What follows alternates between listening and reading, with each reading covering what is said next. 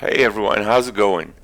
The original Crysis is approaching 10 years old, so I thought I'd put together a video on its history, effect on PC gaming, and my personal experience and impressions of the game. Let's start out with a few facts.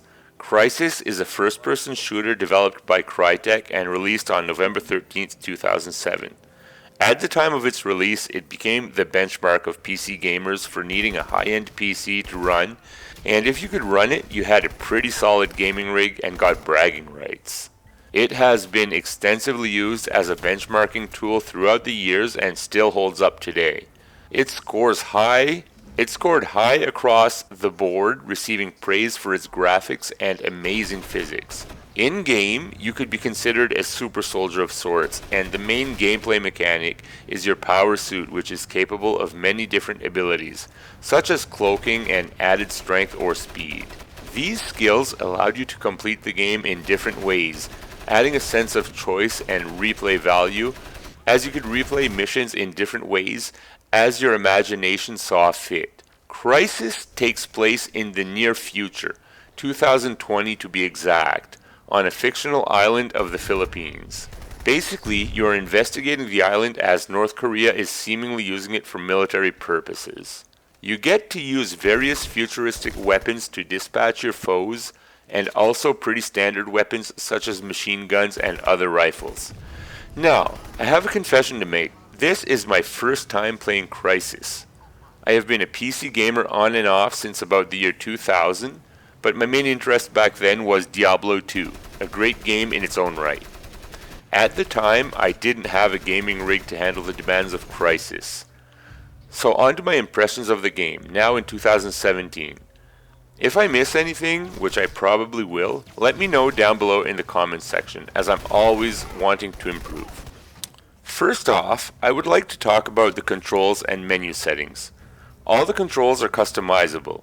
You can assign any button to any command, so switching crouch to X from left control for me was easy. From what I can tell, you can't assign crouch to toggle, which I usually prefer, but it's a small gripe. Also, aim down sights is set to toggle, and if there's an option to make it hold down right mouse button, I can't find it. Also not a big issue, but it did take some getting used to. Mouse sensitivity settings are all available, which is nice. You can turn on raw input, which I personally prefer as it eliminates any possible programming interference such as smoothing, and gives you a one-to-one responsiveness of your mouse in-game. Graphics settings are all here, from water effects to VSync, and all the rest. I want to talk about frame rate real quick. I'm running a moderate setup for my gaming rig, but it's not a beast by any means. I have a 4670K CPU, it's not overclocked, paired with a GTX 970, and it did a great job of running Crysis. I maxed out the settings on very high, but I turned off motion blur, as I prefer it off, and I'm getting around 70 frames per second on average, so that's good. Mind you that this game is 10 years old, which is crazy. Seriously, shouldn't I be getting like 200 frames per second?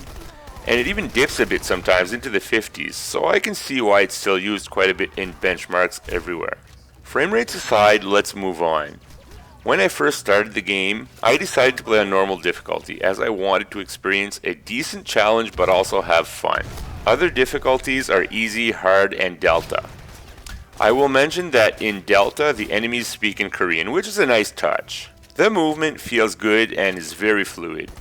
I love nothing more than when a character movement is polished and fluid and feels this good. Using mouse and keyboard also seems to work well, so I've decided to learn those controls over a gaming Xbox 360 controller, as this game was originally built with PC in mind. Let's now talk about gameplay. Your exosuit powers are accessed with the press of the scroll wheel, and a radiant pops up allowing you to choose between your available powers, which are mainly speed, power, extra shield, and a cloaking device. These don't feel overpowered as you are limited by available charge, so learning to use these skills wisely is a must. The enemies seem fairly intelligent, so proceeding with a plan seems wise.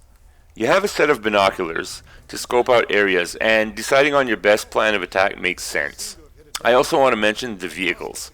My first encounter with a vehicle was pretty cool, as I had dispatched a few Korean soldiers from a jeep with a turret. I was able to steal the jeep, but as I tried to drive it, I realized that I had destroyed the front tires, and this actually affected my ability to drive properly. My first thought was, wow, what a great physics system. Again, this is in a game that's from 2007, so I'm impressed. I'm also impressed that this game is 10 years old. Graphically, the water looks amazing, the grass and foliage look amazing, and everything sways nicely with the wind, so weather is immersive and looks stunning. Everything just looks amazing. Also, the physics totally have to be talked about. Apart from blowing out Jeep tires, you can basically pick up any object from loose crates to wooden debris and throw these objects to injure enemies or create a distraction. I also noticed that buildings are pretty much totally destructible. Think something like Battlefield Bad Company 2, which is awesome and adds a lot to the gameplay. At one point I felt somewhat safe in a shack, only to have it be destroyed and leave me exposed to some Korean soldiers. This led to an intense firefight. What a moment.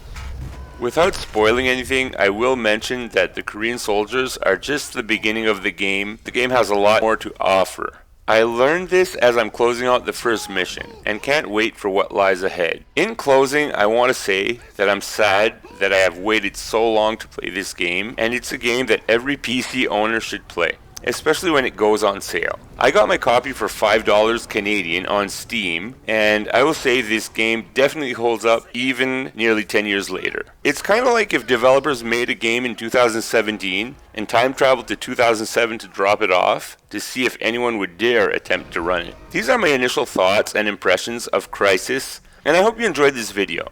Please feel free to leave a comment down below, and I will definitely do my best to get back to you. Thanks for watching, and take care.